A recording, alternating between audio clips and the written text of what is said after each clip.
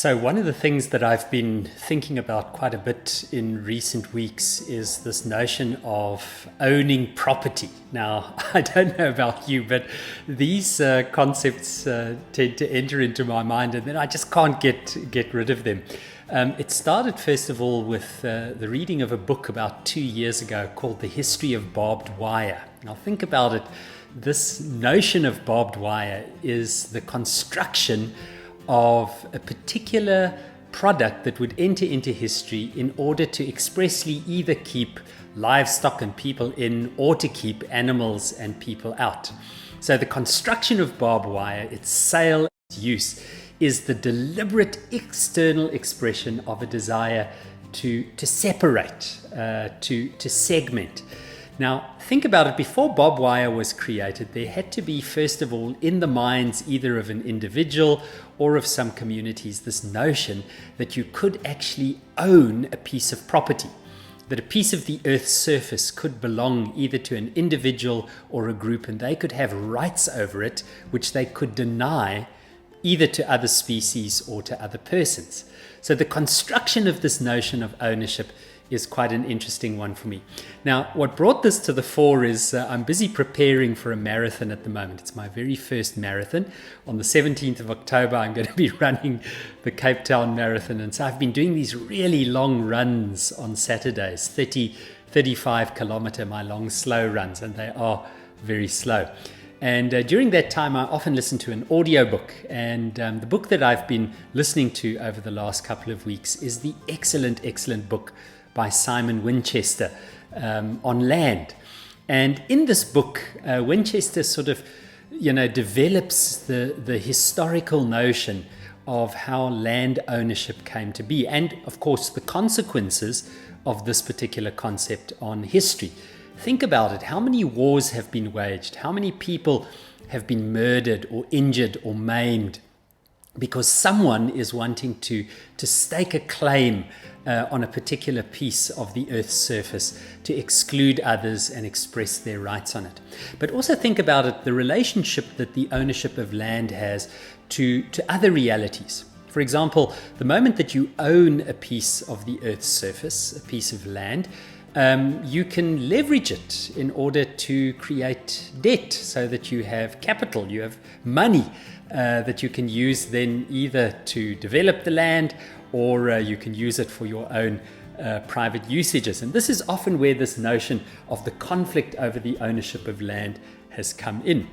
Now, Winchester thinks that the very first notion of the segmentation of land started to take place when people moved from nomadic lifestyles, so roaming freely, not planting crops, to more settled agricultural lifestyles. And some of the earliest records that we have of fences is where farmers were preparing land for agriculture, ploughing it, and we would see the end of one farmer's field where his plough turned and the lines of another farmer's field. And over the years, as they turned in this one specific place, first of all, an emotional barrier, a mental barrier would raise itself, but eventually they would segment their land from one another to show on this side of this crop of rocks or of this rising of earth is my land, and on that side is yours. And you can plant what you want to, graze your cattle or your livestock on that side, and I will do the same on my side. Now, of course, this concept stretched eventually beyond just individuals or small communities to what we now consider to be bordered nation states. So the concept of the inclusion and exclusion of others in the world. Now, what's the point of all of this? One of the things that strikes me about this is that this is a fairly recent historical construction. If we were to take the billions of years of the existence of this planet, the notion of the ownership of the piece of the Earth's surface is a very, very recent phenomenon, perhaps only a couple of thousand years old at most. In addition to that, if we think about it in terms of history going forward, for how long do you think people will own land? This fascinates me. Think about this. For how long do we honestly think that people will own a piece of the Earth's surface. Think about this office in which I'm sitting, my beautiful office at the University of Stellenbosch. For how long will this exist? I mean, this morning in a radio interview, they asked me, how old is this building? And just in the history of this building, which stems from the 1600s, 1700s, 1830s, when our university, our seminary was started, and then the university, it's gone through many changes and many hands. Maybe in 1,000 years, this place will not exist. And the sort of arrogance to think that we can own it, that it won't return to the earth, that if something were to happen, that somehow we could continue to stake our claim on it, is quite an interesting one. So I'm not quite sure how you think about this notion of the ownership of land, but it does have economic, political, and ethical consequences.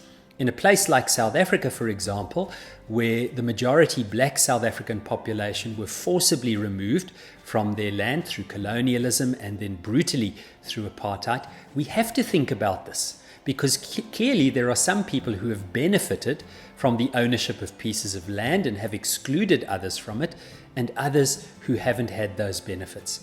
And so we do have to think about it. In a system where land ownership is possible, how do we deal with it? So I'm not quite sure how we do that. The one thing that I do know, and I often tell my students this, is that I'm a bit of an eschatological ethicist, an eschatological theologian in that sense.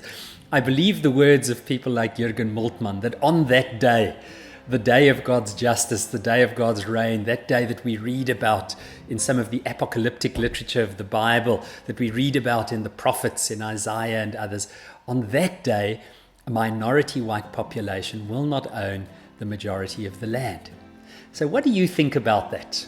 Of course, the principle is then, if we believe in such a view that that day is coming, that the just and good reign of God will make sure that everybody shares in the bounty of God's creation and benefits from it, then how are we to act today, as Christians particularly, in an ethical and just manner to ensure that everybody benefits from the resource that we have? I fear that for many people, their views are based on an uncritical acceptance of the notion of land ownership, which they've just considered to be ontologically necessary, and I'm not sure that it is. And secondly, they're caught in an economic model, worrying what would happen if they were to give over their land for the common good. And I want to say that there are some things which are more powerful and more important than economics. So I'd love to hear your thoughts. What do you think? How do you think we should deal with the issue of land ownership, with the borders of nations, with injustices that have been created around the expropriation and theft and use of land? How should we relate to non-human creation, to other animal species, to the flora, the plants that exist? Is the land only for production? I'd love to hear your thoughts. You can leave me a comment here on YouTube.